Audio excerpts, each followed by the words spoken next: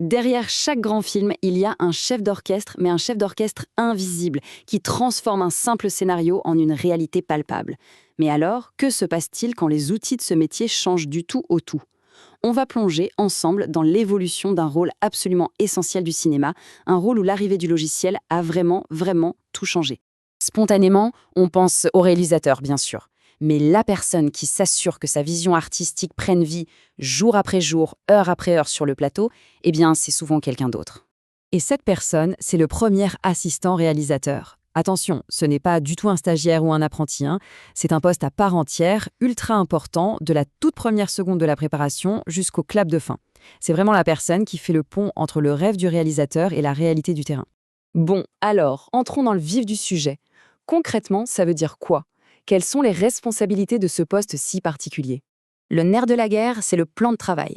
Pour le construire, l'assistant va d'abord dépouiller le scénario, c'est-à-dire l'analyser ligne par ligne pour tout anticiper. Les acteurs présents, le matériel nécessaire, la logistique, tout. Et à partir de là, il crée un planning ultra détaillé. Et chaque soir, ce plan de travail se transforme en feuille de service, qui est en gros la feuille de route du lendemain pour toute l'équipe. C'est un travail de titan pour que le tournage ne déraille jamais. Mais avant l'ordinateur, avant le numérique, ce travail de titan, il était entièrement manuel. Et il ne faut pas voir ça comme quelque chose de dépassé, pas du tout. C'était un véritable artisanat. Il faut s'imaginer la scène. D'abord, le scénario était disséqué avec des dizaines de surligneurs. Une couleur pour les personnages, une autre pour les costumes, une pour les décors. Ensuite, toutes ces infos étaient recopiées à la main sur des fiches, puis sur des petites réglettes en carton. Et c'est là que la magie opérait. Ces réglettes étaient agencées sur un immense tableau mural. On pouvait les bouger, les intervertir, et ça donnait une vision globale, physique, de tout le film. C'était tactile, presque architectural. Véronique Labride, une assistante réalisateur chevronnée, résume parfaitement cette période. Tout était fait à la main, ce qui voulait aussi dire que tout était sujet à l'erreur humaine.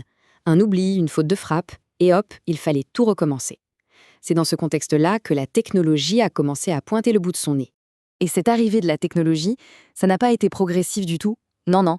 Ça a été une vraie révolution qui a commencé avec une machine énorme pour finir dans le cloud. Alors, tout commence en 1985 avec un truc qui s'appelle Cinémachine, une station de travail dédiée. Mais le vrai tournant, le vrai Big Bang, c'est au début des années 2000 avec le logiciel Movie Magic Scheduling. Pour la première fois, l'outil n'est plus la propriété de la production, mais il appartient à l'assistant lui-même, sur son ordinateur portable. Et après ça, bien sûr, c'est l'ère du cloud avec des plateformes comme Setkeeper qui connectent toute l'équipe en temps réel. C'est là que tout bascule, vraiment. On passe d'un outil rare, super cher, que la production louait, à un logiciel personnel que chaque assistant peut avoir. L'outil s'est démocratisé. Et ça, c'est un changement fondamental qui a complètement transformé qui pouvait faire ce métier et surtout comment on le faisait. Évidemment, le gain en temps et en efficacité était juste énorme. Mais cette révolution technologique a aussi eu des coûts cachés, des conséquences beaucoup plus profondes sur la nature même du métier d'assistant. Cette citation d'Isabelle Henry est capitale.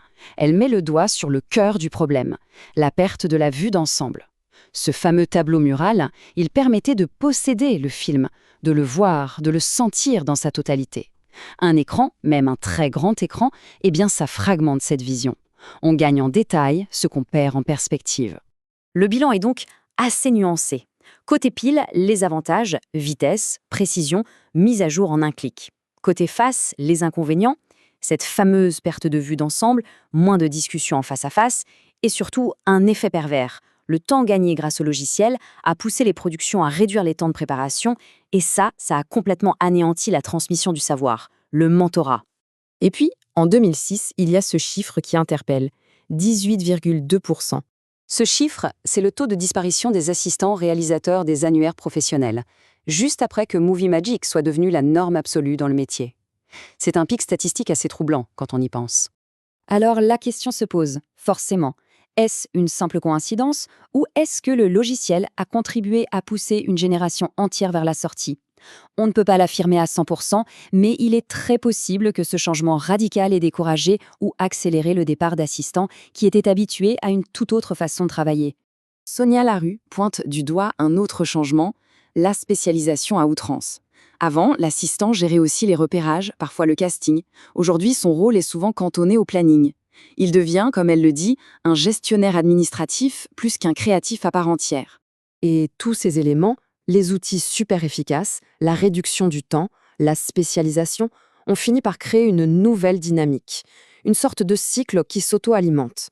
C'est un cercle vicieux en fait. Les outils permettent d'aller plus vite. Du coup, les productions en profitent pour réduire les temps de préparation, pour économiser de l'argent. Avec moins de temps, impossible de former les jeunes qui arrivent. Et pour réussir à tenir des délais toujours plus courts, eh bien tout le monde devient encore plus dépendant des outils. La boucle est bouclée. Le paradoxe, il est là. Le gain de temps qu'offrent ces logiciels n'est plus un luxe pour être plus efficace. C'est devenu une nécessité absolue, juste pour survivre au rythme freiné que ces mêmes outils ont contribué à créer. Finalement, cette histoire de l'assistant réalisateur, c'est un peu une métaphore de beaucoup de nos professions à l'ère du numérique. L'efficacité a un prix. Et ça nous amène à nous demander, qu'est-ce qu'on perd quand la machine prend le pas sur la main et quand la vitesse prend le pas sur la transmission du savoir-faire ?